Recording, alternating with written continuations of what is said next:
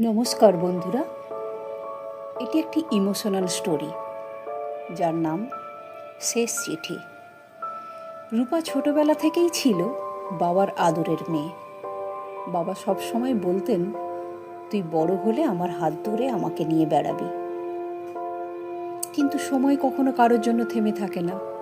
রূপা বড় হলো, পড়াশোনা শেষ করে চাকরি পেল শহরে।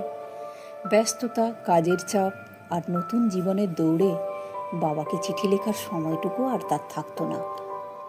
একদিন ডাকপিয়ন দরজায় একটা খাম দিয়ে গেল। রূপা অবাক হয়ে দেখে সেটি বাবার হাতের লেখা। খাম খুলতেই ভেতরে ছোট্ট এক টুকরো কাগজ। মা, তুই ভালো থাকিস। এখন হাতের শক্তি কমে গেছে, তোকে নিয়ে আর ঘুরতে পারলাম না। তবে তুই যেন নিজের জীবনটা সুন্দর করে কাটাস। আমার দোয়া সবসময় তোর সাথে আছে।